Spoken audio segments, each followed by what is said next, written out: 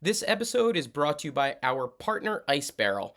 Cold therapy was an integral part of my training. When I was a gymnast, I would be in that cold tub after every training session for a number of years, and it's still something I take part of as part of my recovery, my mental health, as well as my performance in and out of the gym. Please check out their FAQ page for everything you need to know about Ice Barrel and cold therapy. If you've never tried cold exposure before, we cannot recommend Ice Barrel enough. They have events all over the US, and we also introduced contrast therapy as an added session at our Power Monkey camp in 2022. It was a huge hit with our campers and coaches alike. We cannot wait to have them back again in 2023 for our 10-year anniversary. Please use Power Monkey, that's all caps, Power Monkey, no spaces, and save $75 off your Ice Barrel. Welcome to the Power Monkey podcast, where we chat with the best in the world about what they do. I'm your host, Dave Durante, with my co-host, Mike Service, and on today's episode, we have the fittest mom in America, Arielle Loewen. Now, Arielle's been around the CrossFit scene for a number of years, chipping away, trying to make it to the games. She finally had her breakthrough season back in 2021, qualifying as an individual again in 2022, and she seems like she's finally hit her stride. In the 2023 season, after the quarterfinals, she's sitting in third place worldwide, leading into the semis. We talk a little bit about that journey of finally getting over the hump, finally getting some recognition for the incredible athlete that she is, but also being a mom, what it takes to be able to juggle that and be one of the top athletes, and what it's going to take to get her onto the podium this season and possibly into the future. Really refreshing talking to Arielle, a little bit of a different perspective from a top athlete, and we hope you guys enjoy this one. Arielle, thank you so much for taking the time to chat with the Power Monkey team today. How are you doing? I'm great. Thanks for having me. I'm excited to chat with you guys. Of course. Thank you. Well, I just mentioned to you before we started recording, and I'm in Italy right now, and it's bedtime where we are. It's just past 9:00 here, and I have two little girls myself. How old is your daughter? My daughter is 4. How old are your kiddos? So I have two girls as well, and they're 6 and 3. Fun. And super fun, but also sometimes not so fun. And Right. putting them to bed tonight was just a disaster, just an absolute mess. Like my 3-year-old was screaming so loud, I was pretty sure the cops were going to get called on us. So I had to go into get into damage control mode and get my wife in there to kind of patch things up, because she did not want me in the room at all.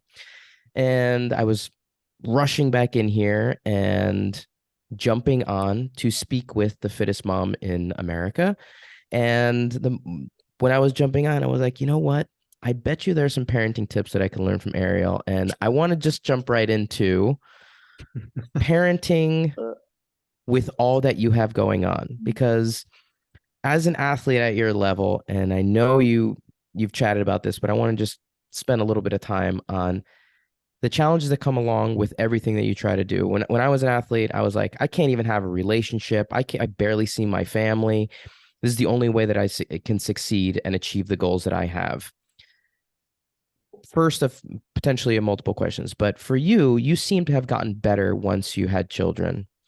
And is there something that you think kind of happened when having your daughter that allowed you to excel and reach that next level as an athlete that you weren't able to kind of do while you were just a single or just married? Yeah, I think mentally and physically something happened for the better, which I wasn't even ready for. Mentally, training while pregnant, I worked out. I was focusing on my breathing more, focusing on my heart rate. So after I had Blakely, my daughter, when I went back in the gym, I was just very in tune with how my body felt, because I almost treated it like an injury. Like, okay, I feel good. Let's push the cardio pace a little bit. Okay, I feel good. Let's push squats a little bit more. So it was almost like I tapped into a new potential in my brain of my body can handle more. Okay, give it a little bit more. And then I just slowly worked on, okay, now this workout, I'm not going to get chalk at all. And now in this workout, I'm going to try not to bend over and breathe. So just getting rid of little transition times, I feel like added up a lot. And after I had a kid, I feel like my whole identity changed. Before it was try to make it to the games. You're an awesome CrossFit athlete. You're a student. You're a businesswoman. And after having Blakely, it shifted to, okay, my values are my family, putting God first and making sure my family unit is happy. And then I'll go out and work out and be healthy. So mentally, I have so much more peace on the competition floor. I have more peace in training because I know my worth isn't tied up to this one material thing, as awesome as CrossFit is. I love that. And that point at the end really stands out to me as an athlete who myself, I know we speak to a lot of athletes who define themselves as their athletic achievements. I'm Right. worthless, or I have less worth because, or if something doesn't happen on the athletic, field or stage, and you're just so closely tied to your identity being to who you are as an athlete. And I think in the case of having something bigger, it can relax you. It can, not to say the nerves are going to go away once that 3, 2, 1 go happens, but it can Right. give you some at least perspective in terms of there are bigger things, there are more important things to life than whether or not I actually get on that podium. And I'm sure that for you, it's allowed you to reach that next level. Aside from the physical things, I love hearing that having a family has allowed you to excel mentally as well. That's really impressive to hear. Right. And it was cool too, because my first job was a stay-at-home mom. So my whole being was like, okay, my role is take care of the house, cook food, take care of my daughter, take care of the family. So it was fun to transition into the professional athlete side and say, okay, I'm still a stay-at-home mom, but now I can bring in a little bit of money. Oh, this is sweet. I thought I was just signing up for a stay-at-home mom. So it's kind of the way it's all worked out, been a dream come true. Now, there's a post that I saw on your Instagram from a while back, and this is something that we struggle with. I'd say me and my wife both struggle with being able to identify with our previous selves now that we have kids. Right. Who are we without our kids? How do we allow ourselves to have some freedom to say you can still be who you were before? Maybe a little different. Now this family's growing, but can you give some tips, because you seem to do it very well, and Thank for me you. as someone that struggles with it, some tips that have worked for you as a parent to be able to still make time for yourself, and not as an athlete. Maybe the being in the gym helps with that, but what are some things that you do to be able to say, I am a parent, I am I am a wife, but at the same time, I am a person that still has particular needs as an individual. How do I go about making those things be important? Yeah. It's hard. I would say I only have one kiddo. People with multiple kids, I don't even know how you keep up with doing this, doing that, and keeping up with all the kiddos running around. What helps for me is my worst fear is to, let's say, go to the park and I'm talking with other moms, and all I can talk about is my kiddo.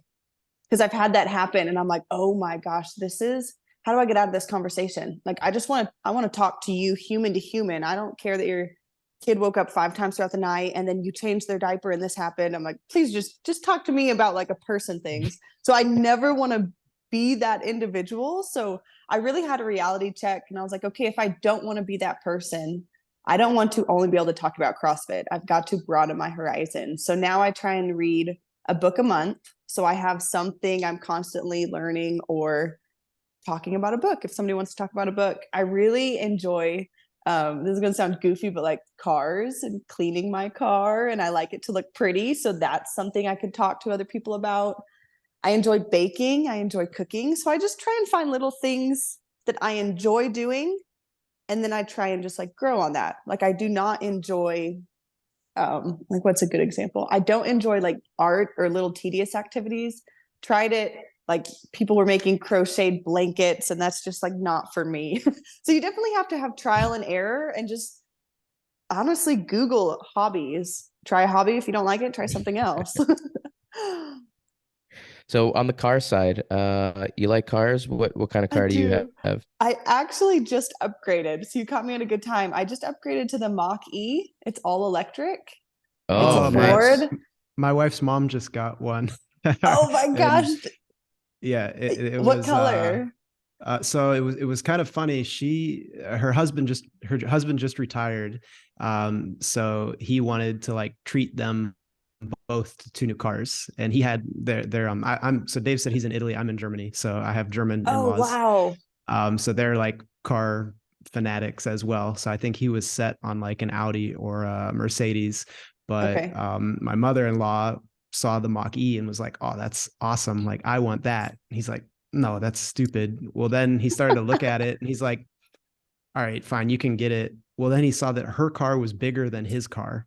So he Oh decided no. that he needed the Mach-E as well. So long answer to your quick question was they both have black Mach-E's, but his Oh has my a larger gosh. battery life than hers. That's Just because he hilarious. wanted to like one up her slightly. But Okay. What's yeah. his battery life? I'm curious. I don't know. I have to Okay. ask. I missed out on some stuff this weekend with them, but that was That's a big joke. So hilarious. they have identical, other than the battery life, like two black Mach-E's right next to each other, Oh delivered my on the same day. gosh. So So you yeah, know that's all about them then. I'm getting up to speed. I'm not quite so cool. Back in Ohio, I have a Ford Fusion hybrid, Hey, it a works. beautiful plum color because that's the one that was available on the lot. I love it. I love it. Yeah. If me and my husband were single with no kids, absolutely we would have a Corvette probably if we could afford it in the driveway. But it's not practical. You can only fit two people in there. We'd have to get a babysitter Yeah. to drive the car. It wouldn't work. Totally. Maybe that's the Yeah. next car, right? That's the one that It, gets to sit in the garage and you get to make a. For those just listening, you are not able to see the amazing cuteness that is Blakely oh my gosh. just hugging on her mom, just She loving on her mom nonstop. I love it. I put in AirPods, I put in actual old school headphones because my husband took my AirPods. So she's like trying to listen into our conversation. She's squeezing her face up against mine. We actually upgraded last Wednesday. I was driving a hail damaged, like beat up car. So now that it was just that time of season, we're like, it's time to upgrade. So we did, and I love it. Well, Amazing. congratulations. Thank you. We gotta Not put a normal mom car, a cool mom car. Yeah, I have no cool dad car either. We are rather sad in that. I really want to get, so this is my like dream. I want to get a little Cinquecento. So the Fiat, the 500. If you guys know those little Italian cars. If you watch the movie Cars, the little one that's Italian, the Arielle, Oh, Italian just yeah. speaking imagine like car. the dorkiest little car in the world. Hey, but hey. Can one person fit in or two? well, I mean, it depends on like what family two you're people in. my size. If you have like a normal size person, then like a half of a person. But they are like the coolest little, and it was my dad's first car when he was growing up out here. So I always wanted to get one. So one day that's going to be my just sits in the car, has no value to the family, only to me. But Dave, you Do said you, for the connection with Arielle, you said that they aren't they doing like a old school looking one that's actually electric? No. There's a company out here that retrofits it and kind of makes it into an Okay. electric car, but no, the new ones, some of them are electric. But in any case, yeah, that'll be my my dadmobile at some point. Let's continue the conversation. Move on to the fitness side of things. Okay, let's do it. So first, just some background stuff. You move like a gymnast, and Yes. I need to know what your history is with the gymnastics world. I think you had some cheerleading background, but did you do gymnastics at all? I did from about 4 years old till 15. So honestly, quite a while. And when I did the gymnastics side, I did it because I loved it. My parents were a little bit too cheap and they wouldn't pay to let me compete. So I would be the kid who would show up to all the practices and do it, but would never get to go to the competitions because my parents were like, sorry, we're not driving to 3 hours away for competition. We're not paying $500 a month for payments and leotard. So I just did it and learned all the skills. I competed 1 year just because they gave in because I asked so much, but it was mostly all around gymnastics, floor, vault, bars, beam. And that was actually in Nebraska here in the United States. And what's wild is I went to the gym. It's called Cahoy's Gymnastics. I went there till I was 15. Know him well. Yeah, I figured. Till I was 15, Yep. and then I came to Texas and went from there. But Stacy Tovar actually, when she was in her, she went to that gym that I was training at and learned gymnastic skills from the coach I had. It's just such a small world. Amazing. And so cool, that connection. That is. So Phil Cahoy, the owner of that gym, is famous gymnast in the United States, just incredible athlete for USA back in the day. And, the men's gymnastics world is a much smaller group than the female side of things. So, So you if actually you've knew been him. That around. wasn't a joke? Yeah. Yeah. Oh, yeah. Yeah. Wow. Absolutely. Yeah. It would be Yep. difficult, Arielle. I don't think we've ever had somebody come on with a gymnastics background that Dave didn't know personally, someone that coached That's them. awesome. Like, Correct me if I'm wrong, Like I said, Dave, it's not a, but what's I that? believe when Phil Cahoy went to the Olympics went on strike that year, so he never got to compete. Phil was on the Was he on the 80 team? team. Yeah. He was part of that team, but he went to University of Nebraska. He was, and back in the day, University of Nebraska was an absolute powerhouse. They were unstoppable. They had so many of the best guys in the country before UCLA became the big powerhouse, before, kind of had these little windows of time when certain schools were just unstoppable. And Phil's era at Nebraska was a legendary one. Then the coach came in, Francis Allen, who is synonymous with Cornhusker gymnastics out there. And they have quite a history. Phil's a legend. That's awesome. Where did you do gymnastics? In New Jersey. In New Jersey. Okay. And then a very little known university on the West Coast. Yes. And I competed for Stanford on the West Coast, but let's get back to Aaron. So I'm interested a little bit more on this. I have seen Stacy post a lot about training at Phil's gym and things like that. I love seeing that.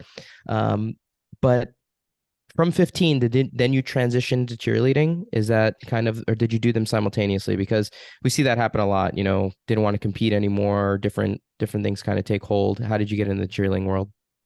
I actually, at 15, we went on a vacation with my family to Hawaii, of all places. And that was my first time getting a break from gymnastics. And it was the first time when we came back that I was like, I don't really want to do gymnastics anymore. I'm kind of getting afraid of balance beam. I'm honestly growing, getting older, quote unquote, getting more womanly. And it's like, I have to figure out my body all over again. So I just kind of put that aside. We moved to Texas. My dad retired and moved down here, and I just transitioned over. It's easier to make friends if you do cheerleading, if you're the new kid at school. Cheerleading was always like, gymnasts hated cheerleaders because they had ugly tumbling. They had no form. You just throw a back tuck. Who cares? You landed on your feet. So like once I officially made the switch to cheer, I was all in, and I like quit gymnastics because I couldn't be associated with both. You can't do that. And then I competed a little bit competitively with cheer, but it was mostly just high school cheer. And then I coached in high school and out of college, just at a local, what do they call those, like rec center cheer.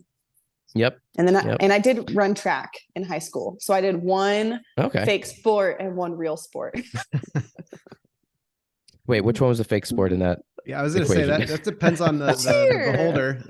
True. Some high school cheer places are legit. Like, don't get me wrong. But most of the high school cheers here in Midland, Texas are just like, let's go team. Clap your hands, wave your hands. You throw in tumbling, you throw in stunts. Absolutely. It's awesome. All right, there we go. I was gonna say, because I coach some female weightlifters now, and the two best that I have were both cheerleaders, and they're insane weightlifters because they're so explosive. But they were that makes sense. One was a flyer, and the other one was a collegiate cheerleader, so she was pretty hardcore too. Wow, yeah, I'm that's hardcore. They're probably former gymnasts. They're probably former gymnasts. Let's make sure we understand where the foundation was from. Exactly. You'll notice that Dave truthfully suggests that gymnastics is the base of like all life in existence, and it's somewhere in there on that development spectrum. So I agree. But I would always tell anyone with kids, you put them in gymnastics. Once they get tired of gymnastics, you can transfer to cheer. You don't learn any good foundations in cheer. Gymnastics, I totally agree with that. It's like the bread and butter. Now go get your sides. Thank you, Arielle. See that, Mike? I don't lie to you. No, See? I agree. Right. You start there and then you evolve into, bigger and stronger things. Right. Okay, we can continue this conversation off the podcast. Got it. So the reason why I bring it up is because you move like a gymnast, and you do particular things in a way that separates you from the other athletes on the field. And I want to bring up two particular situations, two particular workouts and movements that it's fairly noticeable. And I'd like to talk some technique around both of them. Let's do it. One, I know you've talked. So the first one, I know you've talked about it a lot because you won the event, but Elevated Elizabeth, I don't want to talk so much about the win. Congratulations, amazing to see, but more the P-bar traverse is a particular event because it's either incredibly challenging or incredibly easy, or I'd say it's a technical issue. It's not so much a strength issue. And most of the time when people who don't come from gymnastics backgrounds, they do that event, they end up fatiguing throughout all of the traverse, meaning there's a slight kind of internal rotation from the shoulder and their triceps are doing so much of the work to stabilize. But really, the way that needs to be done is like a pretty severe external rotation. What I always kind of look for with a good athlete there is if the pit of the elbow is facing in the same direction that they're trying to travel, same direction as the eye line. It tells me it's kind of a locked in position. You're resting more in the skeletal structure. And then you can use your triceps when you're doing the dip position. And you did that very well. So when you were traveling, you were conserving, conserving energy and then using it as needed. Was this a concerted effort? Because female gymnasts rarely go on parallel bars. It's not an event that you do from having grown up. So I'm curious if it was just a natural understanding from having done a lot of handstand work or having done a lot of plank work, or was there a place in your training where you actually spent some time on parallel bars to be able to understand some of that locked out support position that you perform so well with in that event? I love that you're diving into the biomechanics of it. That's awesome. Two parts to that question. Yeah. I'll start with the cool thing that ties it all together. The first CrossFit gym I went to in 2012 actually was very OG old school CrossFit. So his name is Brian Rideout, 2012. He legit had P-bars just like that, and they had them outside of their gym. So we would regularly do like dumbbell rows. The first workout I ever did at this gym was dumbbell rows, and then we'd go to those P-bars, walk outside, and do dips on the P-bars. For warm-up, he would have us do bear crawl, traverse across the P-bars, come inside, do something else. So he had constantly programmed that in because that's what OG CrossFitters did. We picked up Atlas stones. We did odd object stuff all the time. So I have done them before because he would program them for the gym when I went there at the time.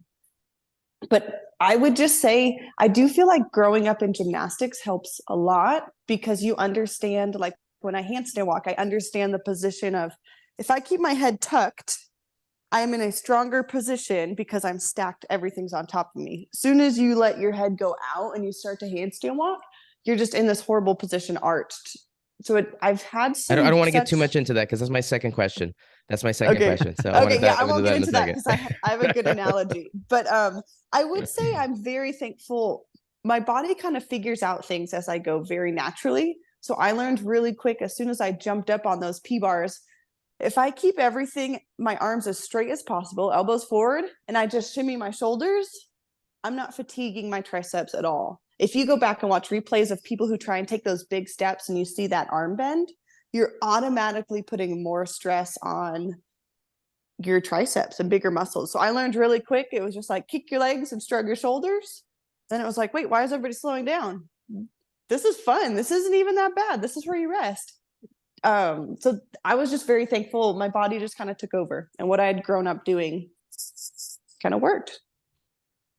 Amazing. That's exactly the right technique you should be using. The fact that your body just naturally took over like that, it's a testament to you having just some really incredible awareness, and obviously the years in gymnastics helped. But it's always interesting to me that a gymnast like yourself who didn't do parallel bars or didn't do rings can translate from other events to be able to apply it to something like that. So it's very interesting to see that you were able to pick that up so quickly. And I love that that we don't do P-bars, because I've been on quite a few podcasts. They're like, well, you're a gymnast.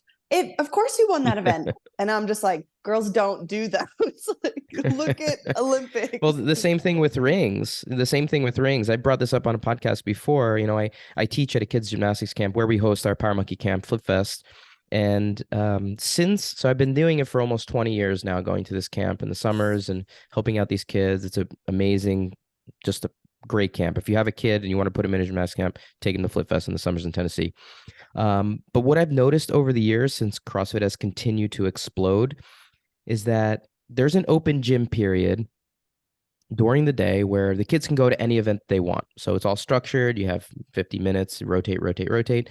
And then at the end of the day, the kids can go to any event they want. Over the last few years, the number of kids, girls specifically, that have gone to rings has exploded.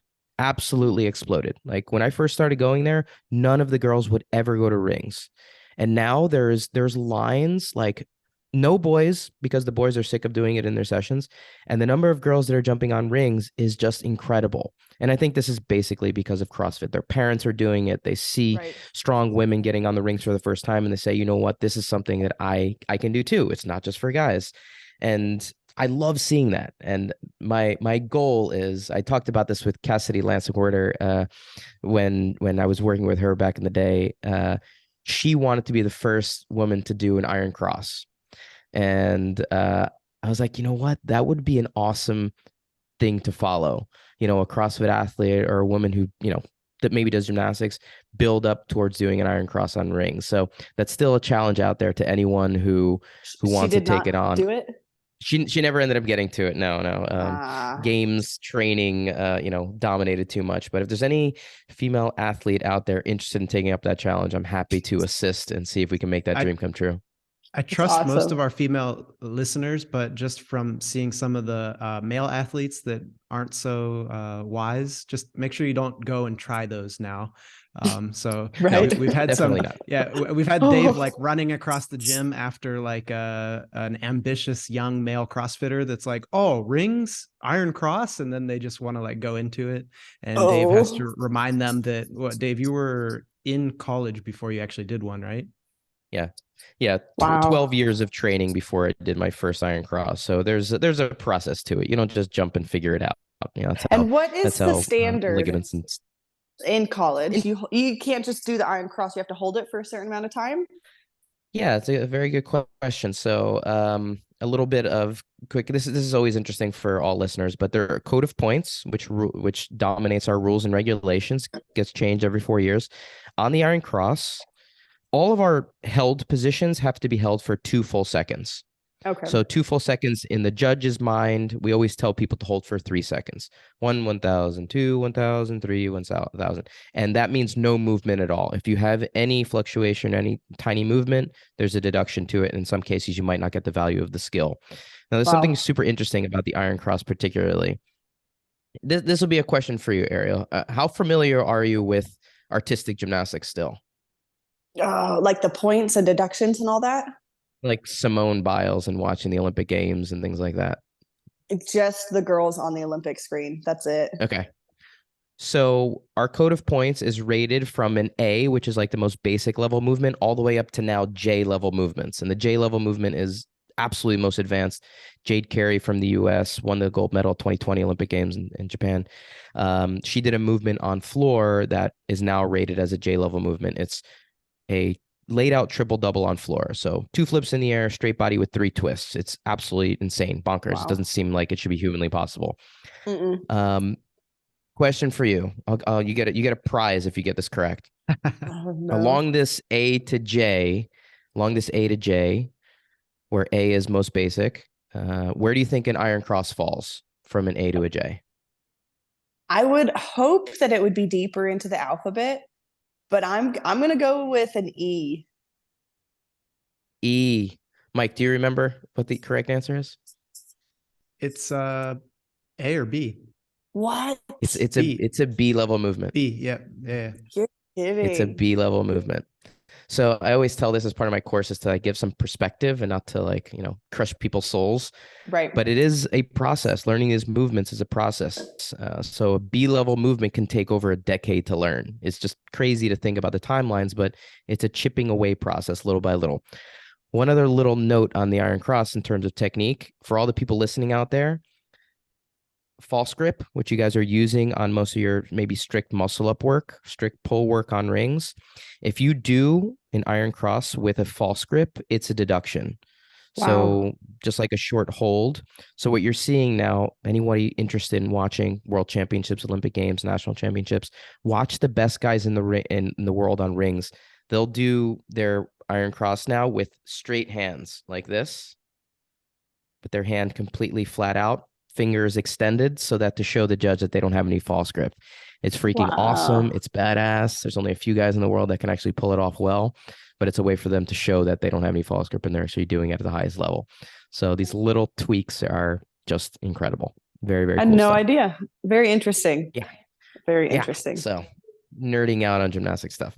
Mike, you're going to jump I in love one it. second, but since you brought it up, I want to ask secondary questions about the handstand walk, because Yes. you handstand walk, Arielle, very particularly, and you mentioned it already, but I want to highlight what you said. Can you mention again your head position in your handstand walk, and you dive a little bit more deeply into why you do it? Yeah. My example, everybody always asks me about it because it is different, but it works so well for me. I always give them the example. You're in a front rack. You've got 300 pounds on the bar. You're going to go to jerk it. Where is your head position going to be when you jerk it? Forward the whole time. Bar goes from the shoulders to overhead. You're going to keep your head forward, looking straight in front of you, because the strongest line in your body is going to be from your wrists to your shoulders to your hips. Soon as you let that head come out and like looking up at the ceiling, pulling your head back, you lose your core and you lose that stacked position. So I try and keep my head as neutral as possible. So that means when I kick up at a handstand and I start walking, I'm not looking at where my hands are going. I'm looking at the opposite direction of the floor. So it takes a lot more trust. It takes a different foot position, because no longer you're used to like a little bit more straight up and down, where everybody is used to this arched cat-like position, and then their shoulders blow up because you're not in a stacked, strong position. So I try and keep my head in a different head position than most people do, but it usually takes people, you've got to play around with it. They'll kick up and they'll be like, oh, I don't like that. I'm going to go back to arching my head and throwing my back out. Well, it's like, yeah, that's what you're comfortable with. But if you want to sustain where that's your recovery before you get into the next movement, you've got to change positioning. So I find this to be incredibly interesting. I just love the little nuance to this stuff. I spend a lot of my time upside down and playing around with different techniques. And so what you're doing is kind of like a drill that we use to help open up upper back, shoulder angle positioning. And you're doing with some real purpose to be able to say, if I can get that shoulder angle more open, it can allow me to create what we call more of a uniform arch, which means all of your weight is actually traveling in the direction that you're trying to travel. Right. As soon as the head comes up, like you're saying, you'll break the shoulder angle, and it puts you into a position where you're kind of competing against yourself. Torso weight potentially moving in one direction, and you have to break in your lower back or bend your legs to counteract that weight moving in the opposing direction. So there's a lot of merit to what it's doing. My question for you is, because you said that you need a lot of trust, and I think it has to do with kind of knowing where you're going. Mm-hmm. Because I think like if it's a straight line, that can work. But what happens if you have an obstacle, or if you have to get the parallel bars, or if you have to go around cones, because you're looking in the opposing direction? So what happens in a case if you have something that you need to look out for, or there's a finish line that you can't see because your head is looking the other way? How do you navigate the obstacle world with that technique?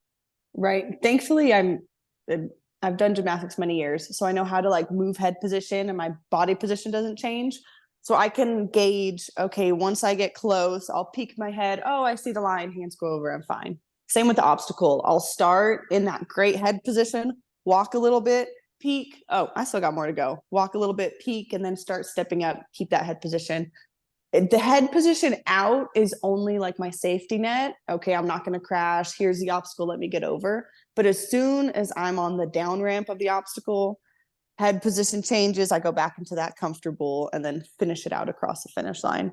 I just do like little peaks, and then I get back to that strong position.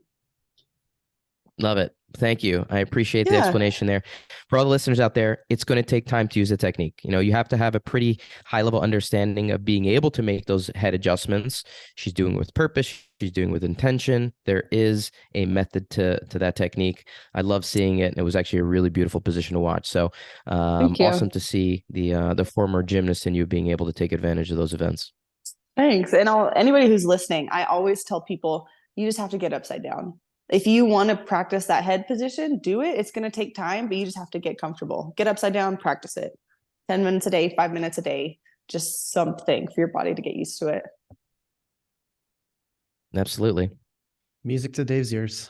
Music to Dave's ears. Well, yours as well. Mike is doing more handstands these days than I am. Yeah, it's full disclosure for the probably 3 weightlifting listeners that we have that are on my side. Like my training today was 90 minutes of handstands and 15 minutes of squats, and that's usually more of what it looks like in the last years, because Dave has pulled me to the away from the dark side and into the deeper meaning of the gymnastics verse. I love it. We have a wife that has done the same. Mike, I will let you. And my wife likes gymnastics more than weightlifting, so it's that time helps. for us to train together, which is fun. That is fun. Mike, I've dominated the conversation long enough. I'll let you jump in. Yeah, mine is more like and Arielle, I apologize. I know we haven't known each other long, so I don't want to pick on you, but no, I had to scroll back to 2016 on your Instagram to find a weightlifting video. So that was, I mean, I love all the family posts and your daughter and stuff, so that's totally cool. But just like maybe one weightlifting photo or video or something every now and then, just to satisfy. That's so funny. I never think of posting anything like that. Never ever. Like you're right. I don't think I've posted any heavy squat, clean, heavy anything.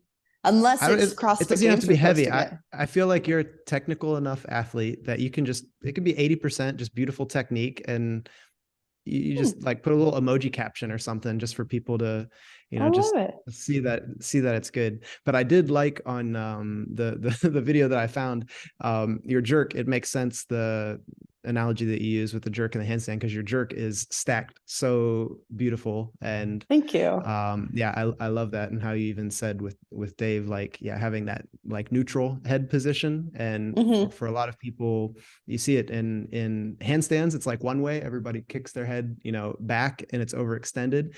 And then in weightlifting, it's so common that people put your head through. And it's like, neutral is always the place to go.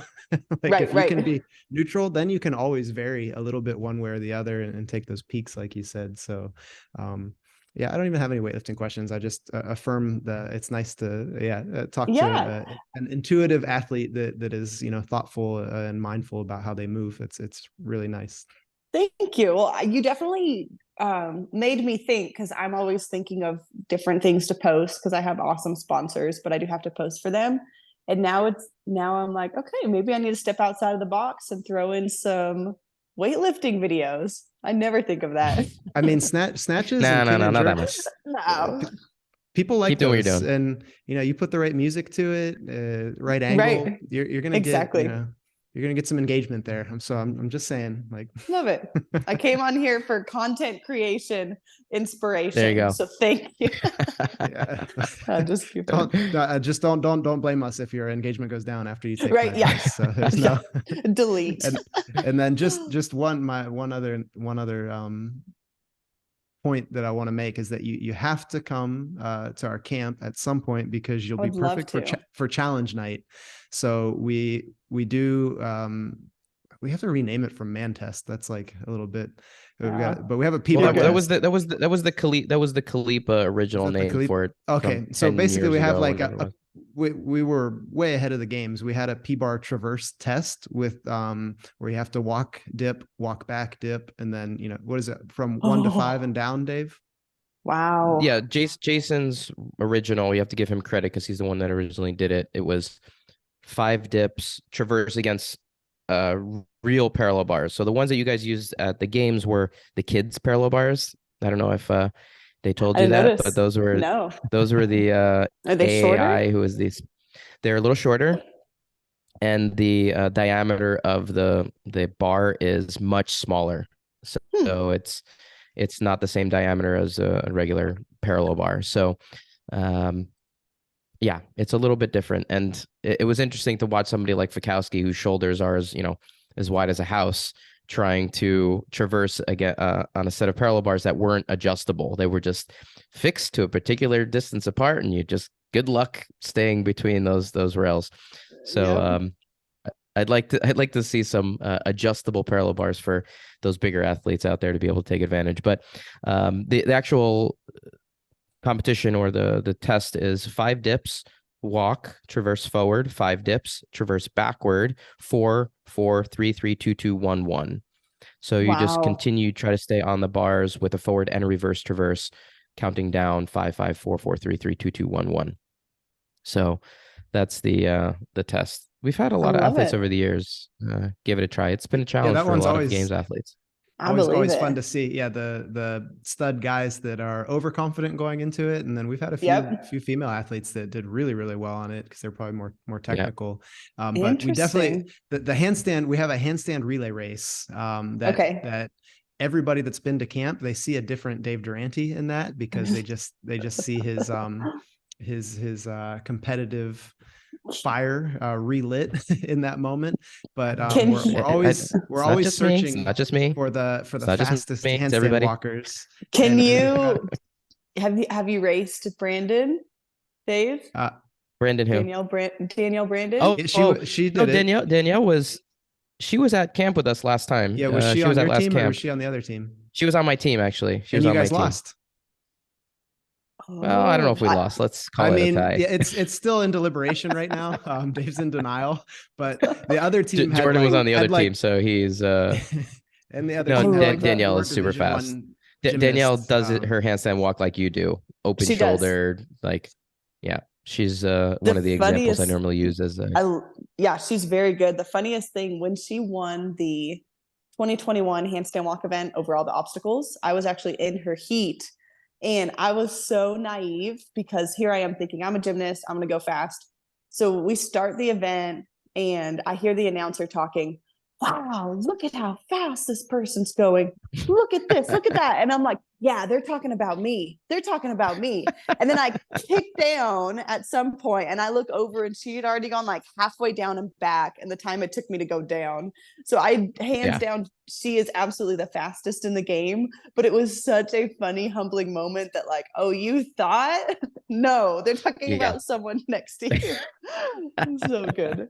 I remember watching that event. If anyone hasn't watched that event, go back and watch it because Danielle walking on in that event is like almost comical. It looks like it's in fast forward. It's like, it looks like a comedy routine how fast she was going in that one. And the heat she was in, which is super interesting. You've got Danielle Brandon, Katrin Davis' daughter, known for being a good handstand walker. Mal O'Brien, great handstand walker.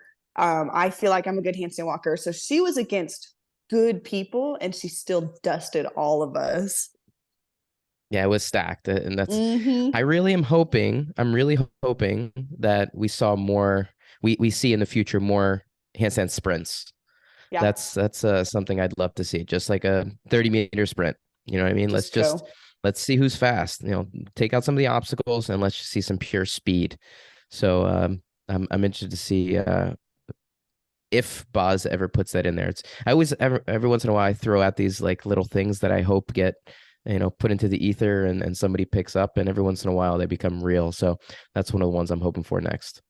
I love it. I just loved the creativity of the gymnastics at this past year because it was actually thrown in multiple events. It was awesome. We've talked about this so much. We've had Boz on and talked about it, and that was very close to my heart. How many? I think there were like 12 new movements that were done for the first time at the games. Not just gymnastics, but a variety of different sandbag, carry, and a bunch of different things. But so much gymnastics, and people are anticipating, oh, this is the new way that CrossFit is moving, with Boz having, a circus background and appreciating the technical gymnastic side of things. Are you anticipating movement and continuation in that way? Or are you saying Boz is too clever for that? He's going to have a bunch of new challenges for us that are outside of the realm just to kind of keep us on our toes? I hope there's a bunch that are different and out to keep us on our toes, because I really do love finding out about a new event and then, okay, you have 10 minutes to practice, get out there, let's see how athletic you are. You like that.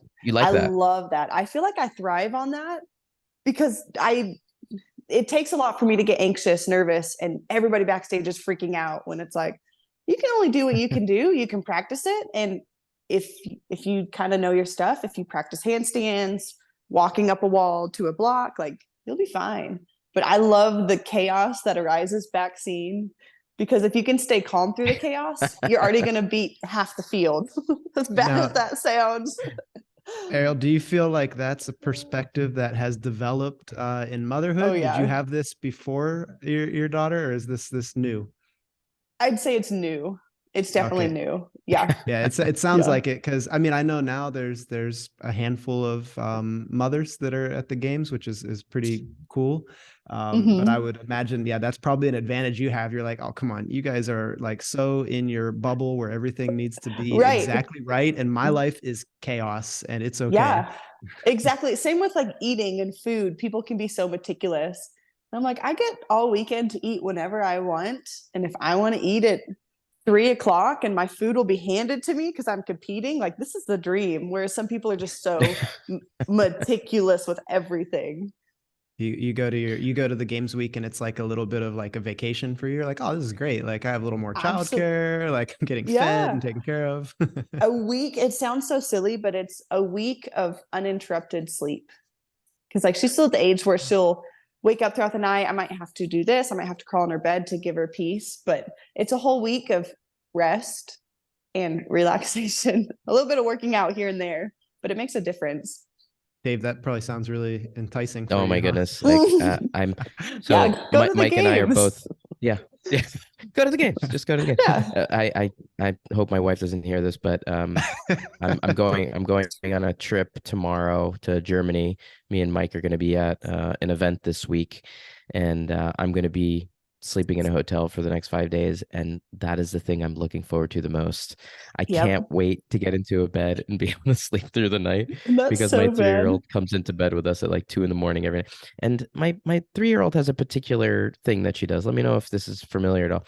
She sleeps like an H. So if it's me and my Yep. wife, she sleeps this way Absolutely. perpendicular to us, and she kicks me in the face and punches my wife in the face. It's just a constant kicking and punching the entire night. That's And it's like, well, hilarious. this is just how we live now. This is how we live. This is Yep. it. We So definitely formed the I H, but I will tell you, I went and trained at Mayhem back in January, and I got to hang out there for maybe 3 days while they had an athlete camp. And I couldn't believe the lifestyle like some of my competitors live. Like, let's say we train 9 to 12, and then they'd go home and eat food, take a nap, and then come back, train 6 to 7, and go home, watch a movie, relax on the couch, go to bed. And I was just like, this is so easy. Can you imagine getting the done with your life. afternoon? Yeah, getting done with your afternoon session, eating whatever food you want. Let's take a nap for 2 hours. Okay, let's get in the car. Let's go back and train. Like, man, I live a You different hear life that, out Jordan and here. Mike? Do you hear the Yeah, life that but you guys no, have? I want Cherish to I'm just it. affirm. kidding. No. Cherish No, it. I want to affirm though. But both of you, Dave, maybe you need to get into the men's masters gymnastics scene again now that you have the children, because like Arielle, you're making such a cool point that was like pretty obvious when I was a weightlifter, and I never lived full time at the Olympic Training Center. Dave did for a little while, but I would go in and out. And the one thing that I noticed was that a lot of the athletes that lived there full time and had like their bubble life, they would get very stuck, or they would be very, Mm. easily rattled when the circumstance would change. And not to say that I was good at that by any means, but a lot Oh, of our best weightlifters and most of our Olympic team members were parents, and it was interesting to see that. So one of our other coaches and team members is Chad Vaughn, and he was an Olympian as a parent, and I think a better competitor once he was a father. Another really good one was Melanie Roach, and she had like multiple children, and then came back and made an Olympic team and had lifetime PRs. And when we were kind of studying up on you a little bit to get even more familiar, it sounded familiar when you were saying things like becoming a better athlete and having a better mentality and things as a parent. I think Dave and I talk about that to a lot of younger athletes too, is like the sooner that you can find some balance and maybe sometimes not take yourself so seriously, right. but still have your mission and still have your focus, you might find that you make a lot of progress. So while those athletes might think that they need that 2-hour nap and that complete like leave me alone, for some it'll work, and for some it won't. So it's like your blessing Interesting. might be somebody else perceived curse, and what you see as Yeah. somebody's potential blessing may have already Might been, be their your curse. curse. Yeah. So it's always perspective. Like the perspective is where all the magic is. And you seem to have really mastered yours. Thank you. That's a good word. I never thought about that. Can I ask a Jordan, what do question? I you? know I normally don't chime Yeah. in these, but I love it. since we're talking about how becoming a parent seems in a lot of ways to make people potentially better athletes, more mentally strong, better perspective, so forth. Is there should we be afraid that Tia's about to become a mother? She turns into a whole I new know. monster. I mean, gosh. That's hard to say. That's really hard to say. Because I mean, guess Annie seems to be doing pretty good. So I think yeah, you super well. you gave some confidence to some of the maybe aspiring mothers. They were like, well, Yeah. The hard part was, though, I had quote unquote retired when I found out I was pregnant, because I was like, if I couldn't make it before, I won't make it after. I would be interested to see how mentally I would have done if I knew, okay, after I give birth, I want to go back to the games. But for me, it was, okay, your body's injured, quote unquote. Let's fix your injury. Let's get healthy. Let's lose the body weight. And that's when I kind of thrived. So I don't know how it is with Tia, because she'll have the pressure of, she was the greatest. Can you have a kid? Can you come back and be the greatest? Whole different mental ball game. But it might make her more unstoppable. Who knows? I mean, how much more can you possibly? Yeah, exactly. I mean, and it's not a bad consolation prize. Like if you come back and you're not as good as you were, or you don't reach the goals you want, you created life. Like that's not such a bad, not such a bad consolation there. Yeah. And I'm sure monetarily wise. There you go. Yeah. She's making good money so too. We're coming close to the end, but we haven't even chatted about upcoming season. And I just want to get a little bit of your thoughts on 2023. We're in the midst of the qualification process. You're sitting in third place right now after the quarters, which is amazing to see how well you're doing. How did the quarters turn out for you in terms of how the workouts went, how you feel the body's holding up, and what you're anticipating for the semis in a few weeks? I am loving the season so far. After Rogue, I had a little bit of a reality check. So I went to Rogue and didn't do as good as I wanted to. So I figured out my holes, and I completely changed the whole way I work out. So it was interesting when the Open came around. It was almost like a blind leaderboard, because I was like, okay, my cardio is way different. My strength is way different. Let's see how I'm going to stack up against the rest of my competitors out there. And I was blown away. Same with quarterfinals. Everything looks different training wise for me. I train basically alone in my garage, and I have stuff I do. I walk in the garage, I work out, I walk back in my house. And it's just so different because I have no outside noise at all. So it's so refreshing to see like affirmation of what you're doing is working. Keep your head down, keep grinding, and Lord willing, you'll go to the games. And that's the goal. So I was very much last season at the games cardio focused. So I would do ridiculous 40-minute EMOMs, cardio, and spend about 20 minutes on strength accessory work. And since Rogue, it's completely flopped. I'll spend no more than 30 minutes on cardio heart rate stuff and an hour and a half on strength and accessory explosiveness work. And it's changed my performance. I feel like I'm super, super happy with what the Open showed me and what quarterfinals showed me. Are you doing your own programming? Who puts those things together for you? I'm doing my own cardio programming. So that 30-minute piece is, I sit down Sunday and I map out all the movements I want to hit, make sure the reps look good.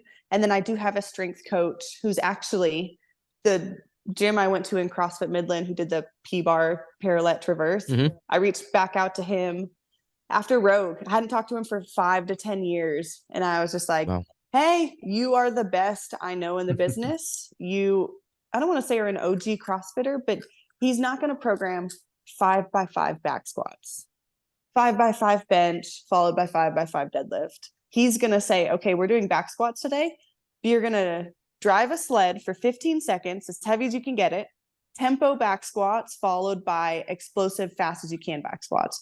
Just different stuff to light up different muscles. And he's been the best thing.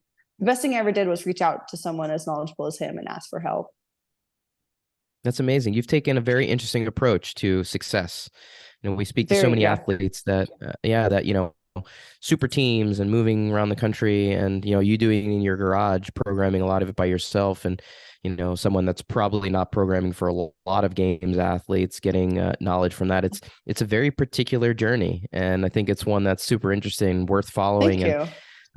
And worth seeing to be successful, because it shows that there's not just one correct way to reach the top of the mountain. And this is a very interesting, your path is an interesting one, probably one of the most interesting that we've come across. Thank you. And I really appreciate that, because that's my goal is always, everybody does an athlete camp. Like, I've had underdogs, I've had Mayhem reach out and they're like, hey, you don't have a coach, please be part of our camp, we'll send you programming. And I'm like, why would I want to do the programming that 50% of my other competitors are doing? I want to focus on my goals. And what I love about this strength coach I hired, he went back and watched footage like a football coach. And he's like, well, here's the muscles that are specifically weak, why you have trouble lifting up the sandbag, why you have trouble pulling from the floor on your deadlift. Let's strengthen your hamstrings, your glutes. So just specifically tailored to the muscles that were weak. And it's helping so much, because I didn't even know what muscles were weak or where to look at. But I love it. It's also because it's so peaceful. I don't have to focus on outside noise at all. The other people in the gym, if they're in my way or somebody's using my barbell, I don't have to deal with any mental external factors. It's been really refreshing. I have to say that that's amazing.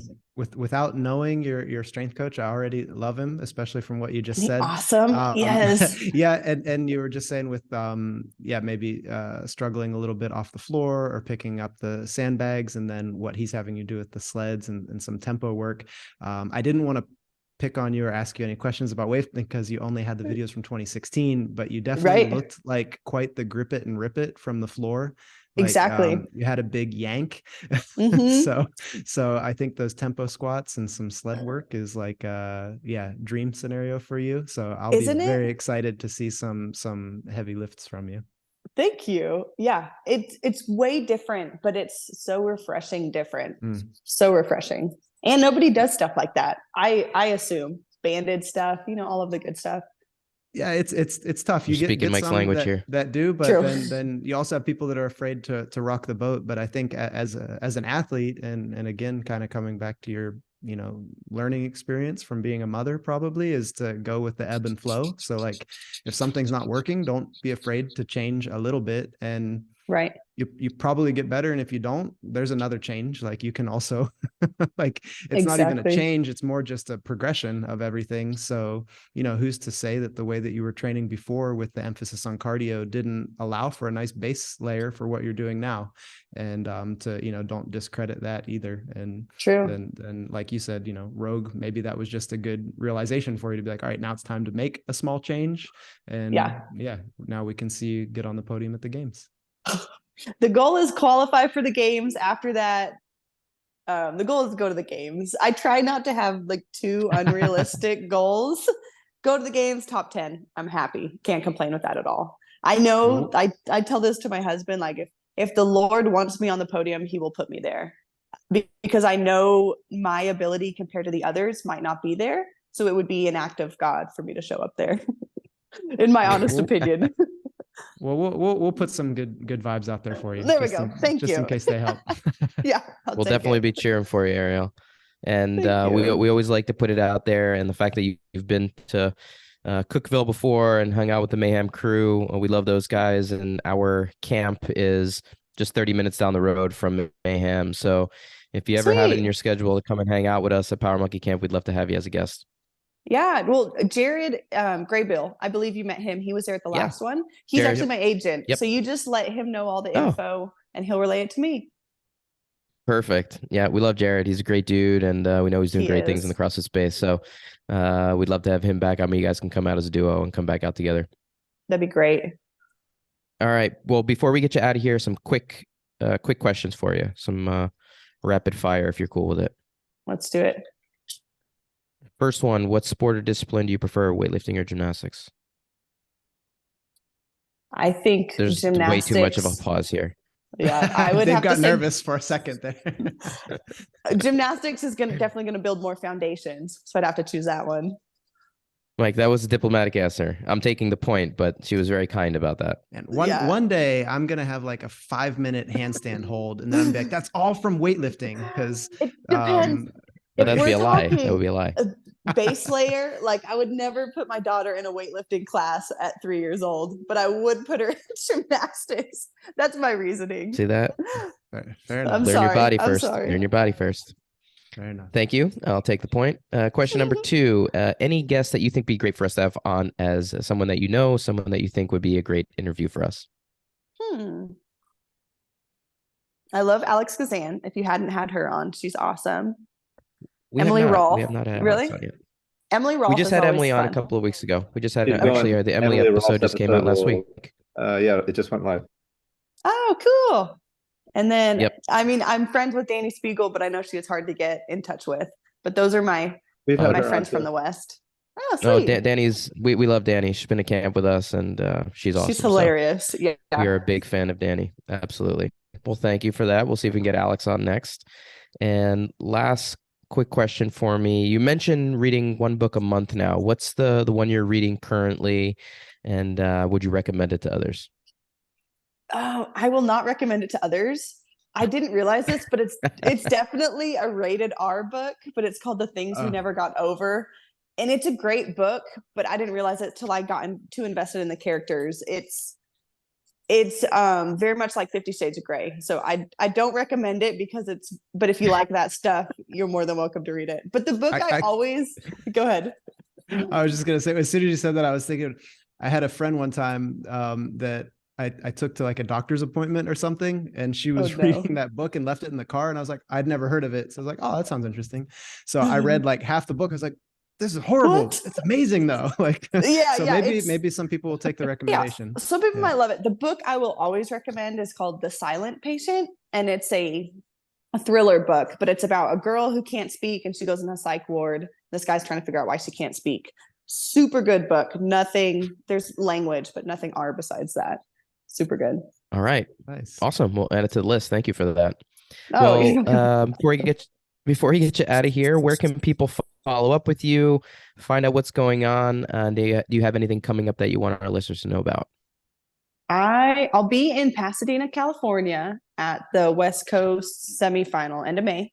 But if you want to follow along, I'll be on Instagram is the best place, just at Arielle Arm.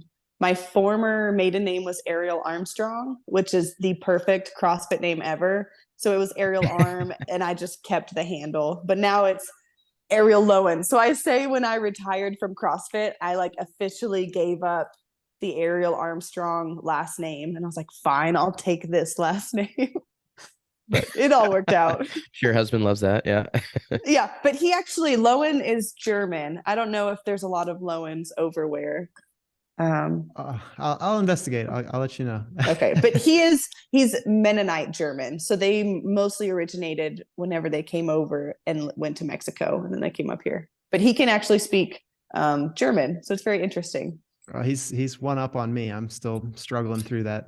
It's a hard language.